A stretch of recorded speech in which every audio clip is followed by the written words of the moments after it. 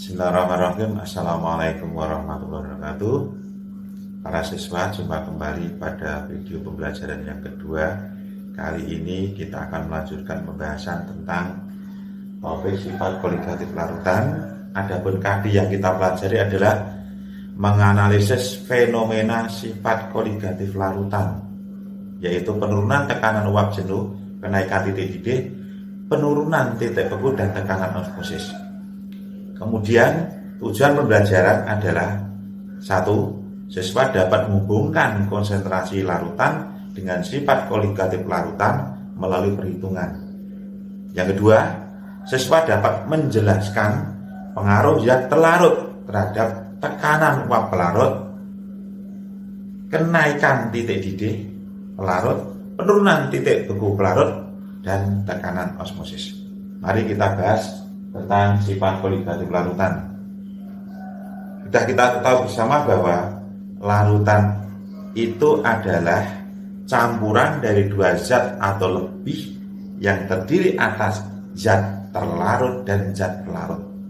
Nah, masing-masing larutan ini akan memiliki sifat khusus atau sifat khas yang disebut dengan sifat koligatif larutan. Sekarang, berapa macamnya sifat koligatif larutan? Ada 4. Yang pertama adalah penurunan tekanan uap yang disimbolkan dengan delta P, kenaikan titik didih yang disimbolkan dengan delta TB, penurunan titik beku yang disimbolkan dengan delta TF, dan tekanan osmosis atau osmosa atau P. Nah, nanti kita akan membicarakan terlebih dahulu adalah sifat koligatif larutan non-elektrolit. Karena larutan itu berdasarkan daya hantar listrik itu terbagi menjadi 2, yaitu larutan non-elektrolit dan larutan elektrolit. Masih ingatkah siswa-siswa, para siswa di kelas 10 dulu bahwa apa larutan non-elektrolit? Cara bodohnya yaitu larutan yang tidak dapat mengantarkan arus listrik. Kenapa tidak mengantarkan arus listrik? Dikarenakan di dalam zat larutannya itu zat terlarutnya tidak terionisasi atau terurai menjadi ion-ionnya yang bebas bergerak, sehingga tidak dapat menghantarkan arus listrik. Apa saja contoh dari larutan elektrolit? Dalam kehidupan sehari-hari kita mengenal gula itu sukrosa, glukosa, sukrosa, glukosa, dan lagi urea, ada glikol, gliserol, dan lain sebagainya. Kemudian yang kedua, larutan elektrolit, yaitu larutan yang dapat mengantarkan listrik. Kenapa mengantarkan arus listrik, anak-anakku? Dikarenakan di dalam larutannya zat terlarut itu terionisasi menghasilkan ion-ion yang bebas bergerak, namanya elektrolit. Contohnya apa? Asam, basa, garam.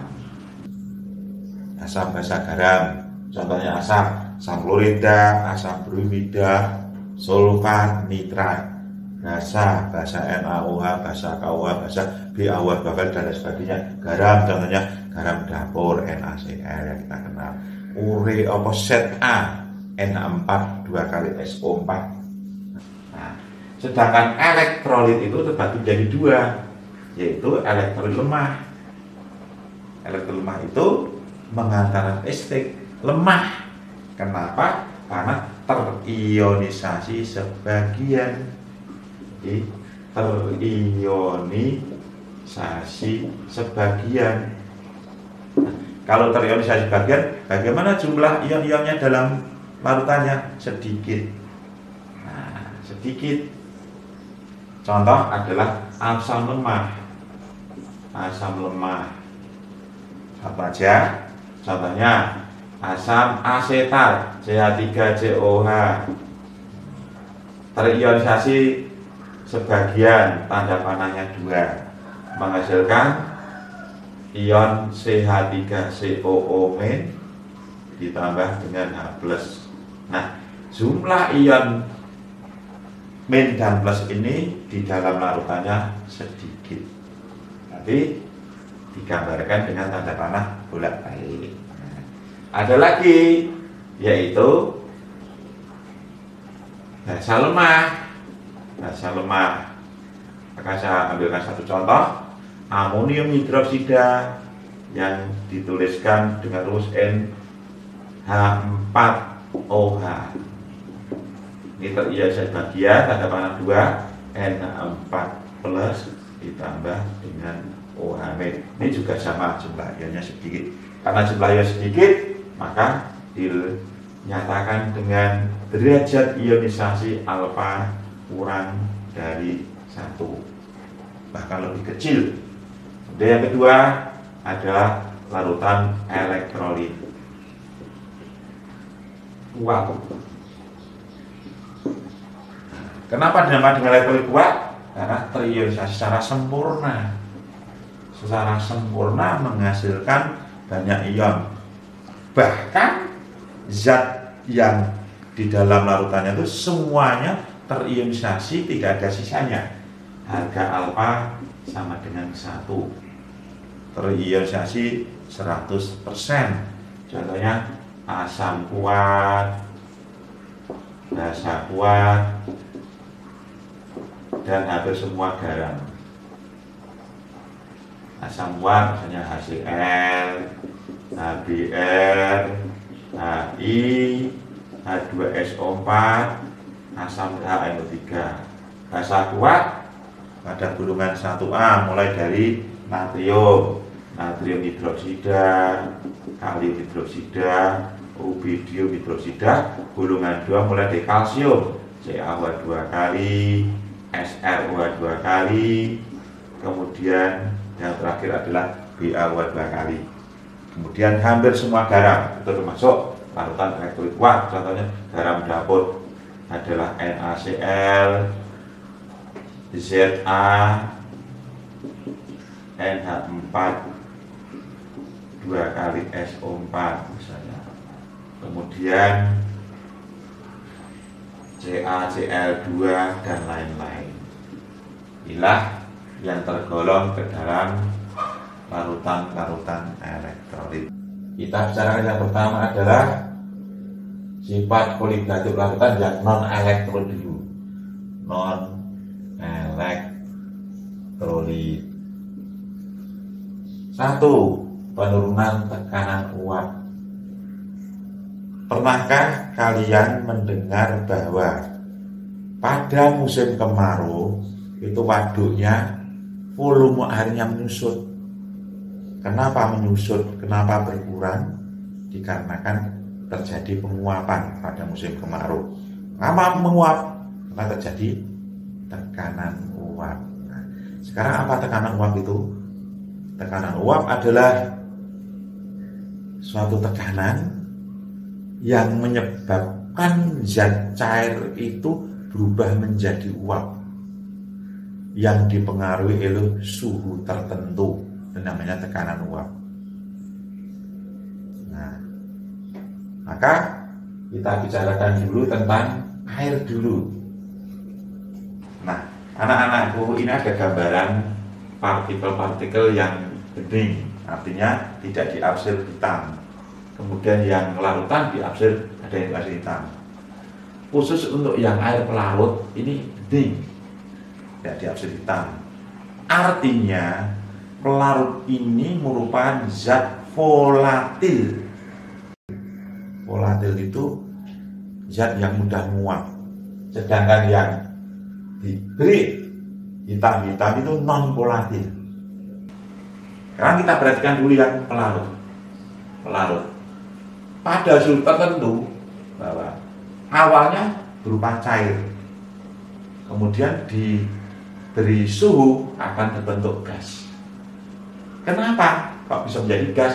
Karena adanya tekanan yang namanya tekanan uap. Kalau karena air maka tekanan uap air.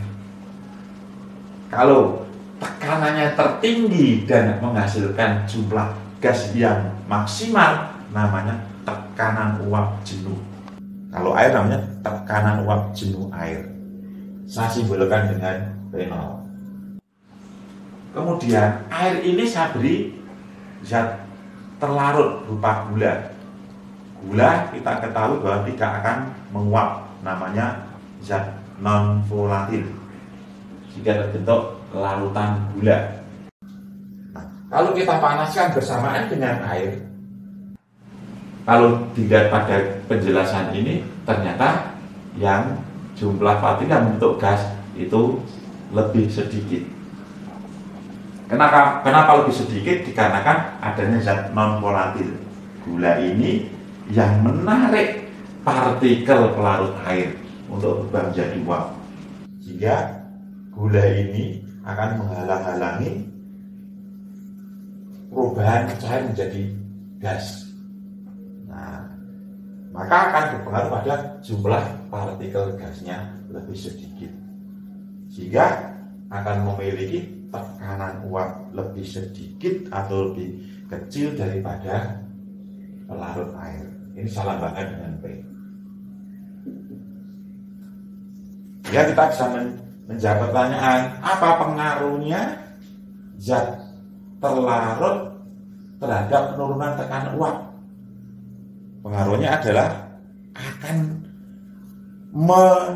menurunkan tekanan uapnya. Nah, kenapa menurunkan tekanan uapnya?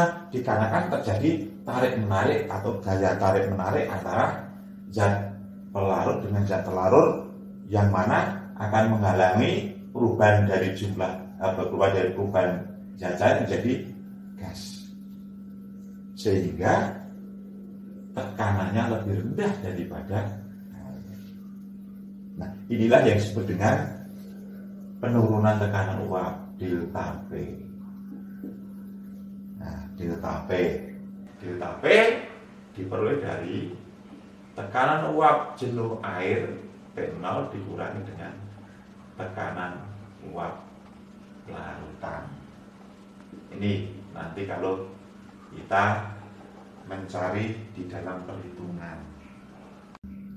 Nah, kemudian seorang ahli kimia bernama Roll juga menjelaskan bahwa penurunan tekanan uap ini berbanding lurus dengan fraksi mol zat terlarut. Delta P sama dengan XT kali P0. P0 bahwa XT adalah fraksi mol zat terlarut. Nah, XT tidak lain adalah NT, mol terlarut dibagi mol total, yaitu NT plus NP kali P0. Ini rumus yang nanti kita gunakan dalam perhitungan, sehingga kita bisa menjawab atau bisa menjelaskan bahwa pengaruh zat terlarut terhadap tekanan uap pelarut justru nanti akan menurunkan tekanan uapnya. Bagaimana nanti kalau kita mencari tekanan uap larutan P? Bahwa tekanan uap larutan berbanding lurus dengan fraksi mol pelarut dikalikan P0. Bagaimana para siswa? Bisa dipahami jelas? Kalau bisa dipahami, kita lanjutkan lagi yang kedua, yaitu kenaikan titik didih. Kenaikan titik didih dilambangkan dengan delta TB. Nah, sekarang kita harus tahu terlebih dahulu apa titik didih itu. Titik didih adalah suhu atau temperatur di mana zat cair mendidih pada tekanan udara 1 atmosfer. Nah, sehingga tekanan udara inilah yang nanti akan mempengaruhi titik didih masing-masing zat. Ini tergantung dari tekanan udaranya. Semakin tinggi tekanan udaranya, maka titik didih juga makin tinggi. Semakin rendah tekanan udaranya, maka titik didihnya juga akan lebih rendah. Nah, kalau ada pertanyaan, kenapa titik didih air di Solo itu lebih tinggi daripada titik didih di Selong? Karena Solo itu tekanan udaranya lebih tinggi daripada Selong, sehingga titik didihnya lebih tinggi. Gitu. Nah, kita ketahui bahwa air pada tekanan 1 atmosfer itu memiliki titik didih 100 derajat Celcius. Ketika kita memanaskan air, kita tambah dengan zat terlarut, itu apakah tetap 100 derajat Celcius? Tidak, yang jelas tidak. Akan membutuhkan lagi pemanasan supaya nanti larutannya itu mendidih. Berarti dengan penambahan zat terlarut akan menaikkan titik didihnya, akan menaikkan titik didih. Menurut seorang ahli yang bernama Roll juga, bahwa kenaikan titik didih delta TB itu ternyata berbanding lurus dengan konsentrasi molar yang disebut dengan M, diartikan dengan KB, tetapan kenaikan titik didih molar. Di KB kenaikan titik didih molar. Kalau rumus ini kita turunkan, nanti kalau kita gunakan untuk perhitungan, bahwa M itu adalah molaritas yang diperoleh dari gram per ml, masa rumus molekul relatif dikalikan 1000 per P, gram pelarut kalikan KB. Nih, anakku, jelas ya? Cukup jelas. Kemudian yang ketiga adalah penurunan titik beku. Titik beku yang singkat dengan delta TN. Nah, sekarang agak jelas titik beku. Apa itu titik beku itu? Titik beku adalah suhu atau temperatur di mana zat cair itu berubah menjadi padat atau membeku pada tekanan 1 atmosfer. Jadi nanti tekanan juga akan berpengaruh terhadap titik beku. Berapa sih titik beku air itu pada tekanan 1 atmosfer? Ternyata 0 derajat Celcius. Apakah kalau kita membuat es dengan cara melarutkan gula, air, kemudian kita bungkus masuk ke dalam es, titik bekunya 0 derajat Celcius? Sudah barang tentu tidak. Akan membutuhkan pembekuan lebih lama daripada air, sehingga titik bekunya lebih rendah daripada air. Kenapa lebih rendah? Inilah pengaruh dari zat terlarut yang dilarutkan dalam suatu larutan, sehingga akan menurunkan titik bekunya. Nah, nanti dalam perhitungan, ya, karena kita harus bisa menghubungkan konsentrasi dengan penurunan titik beku. Roll merumuskan bahwa delta TF itu sama dengan M kali KF. Artinya berbanding lurus dengan konsentrasi molar dikalikan tetapan penurunan titik beku molar. Jadi KF itu penurunan titik beku molar. Tetapan penurunan titik beku molar. Atau sama dengan gram per ml dikalikan 1000 per P kali KF. Anak-anakku, inilah rumus yang nanti kita gunakan di dalam perhitungan penurunan titik beku. Bagaimana? Kita memahami cukup mudah ya, cukup mudah. Hingga pada pertemuan hari ini ternyata kesimpulannya begini. Bagaimana toh hubungan konsentrasi lautan dengan sifat koligatur lautan melalui perhitungan? Yang jelas ini, Ternyata untuk menghitung delta P ini ternyata delta ini berbanding lurus dengan fraksi mol zat larut. Demikian juga delta TF berbanding lurus dengan molaritas larutan, delta TB berbanding lurus dengan molaritas larutan. Nah, pengaruhnya terhadap zat larut. Pengaruhnya zat larut terhadap tekanan mol pelarut. Kemudian penurunan titik beku pelarut, kenaikan titik didih larut bagaimana? Oh, ternyata pengaruhnya adalah zat pelarut nanti akan menyebabkan terjadi penurunan tekanan uap. Zat pelarut akan menyebabkan terjadi kenaikan titik didih. Zat pelarut akan menyebabkan penurunan titik beku. Inilah pembicaraan sifat koligatif larutan. Mudah-mudahan apa yang saya sampaikan bisa Anda memahami dengan baik dan Anda bisa menengok-nengok kembali, membaca kembali pada buku acuan panduan. Nah, untuk itu anak-anakku, kita lanjutkan pertemuan pada video pembelajaran yang ketiga nanti. Demikian, Assalamualaikum warahmatullahi wabarakatuh.